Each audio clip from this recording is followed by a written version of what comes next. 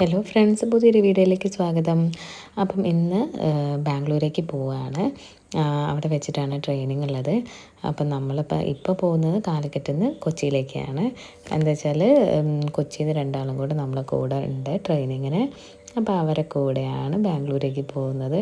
അപ്പം നമ്മളിപ്പം കാലിക്കറ്റിൽ നിന്ന് ട്രെയിന് കയറി കൊച്ചിയിൽ വന്ന് ഇറങ്ങുക ചെയ്യുന്നത്. അവിടെ നിന്ന് പിക്ക് ചെയ്തിട്ട് ഒരുമിച്ച് പോകും.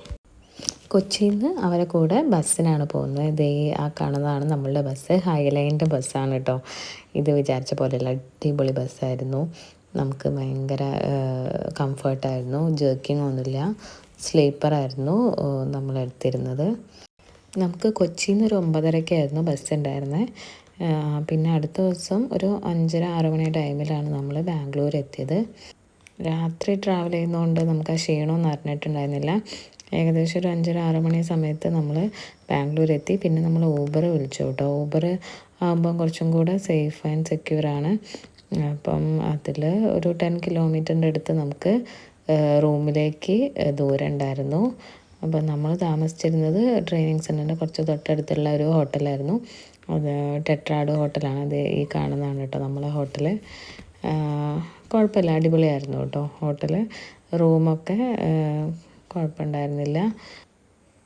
ഇനി നമുക്ക് ഇന്നത്തെ ദിവസം തന്നെയാണ് ട്രെയിനിങ് ഉള്ളത്. അപ്പോൾ ഒരു 9 മണി ആകുമ്പോഴത്തേക്ക് നമുക്ക് ഇവിടുന്ന് ഇറങ്ങിയേ പറ്റൂ. അപ്പോൾ നമ്മൾ റെഡി ആയിട്ടുണ്ട്. ട്രെയിനിങ്ങിന് പോകാൻ നമുക്ക് യൂണിഫോം കമ്പൽസറിയാണ്.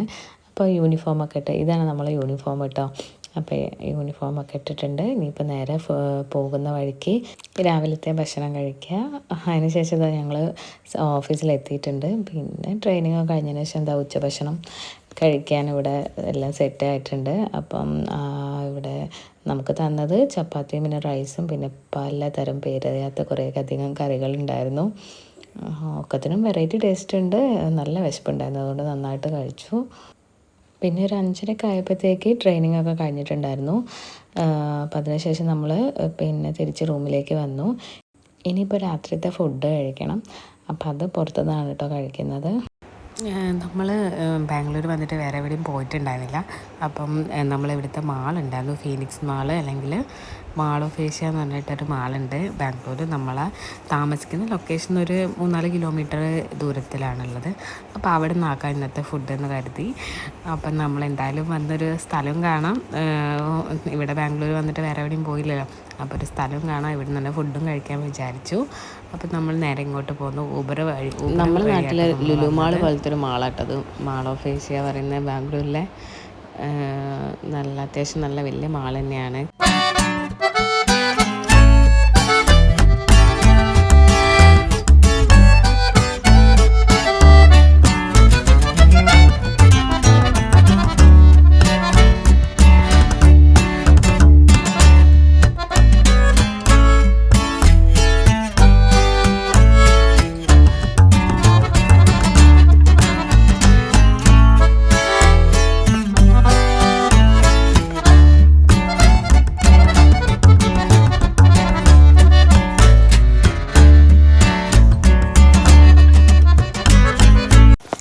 ഈ 2 പേരാട്ടോ നമ്മളെ കൂടെ ട്രെയിനിങ്ങിന് ഉണ്ടായിരുന്നത്.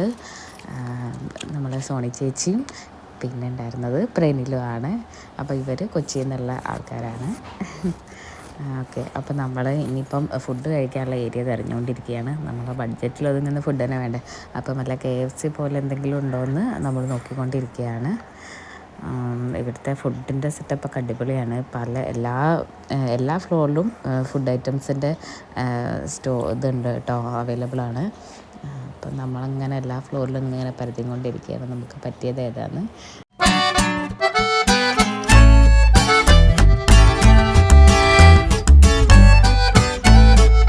അപ്പോൾ ഇതേ നമ്മൾ ഓർഡർ ചെയ്ത ഫുഡ് എത്തിയിട്ടുണ്ട്. നമ്മൾ ബർഗറും പിന്നെ ജ്യൂസ്, കോഫി അങ്ങനത്തെ ഐറ്റംസൊക്കെ ആയിരുന്നു ഓർഡർ ചെയ്തിരുന്നത്. അപ്പോൾ അതൊക്കെ നമ്മൾ കഴിച്ചു. പിന്നെ നമ്മൾ അവിടെ നിന്ന് ഇറങ്ങി ഊബർ വഴി തന്നെ റൂമിലേക്ക് പോകുന്നു കേട്ടോ.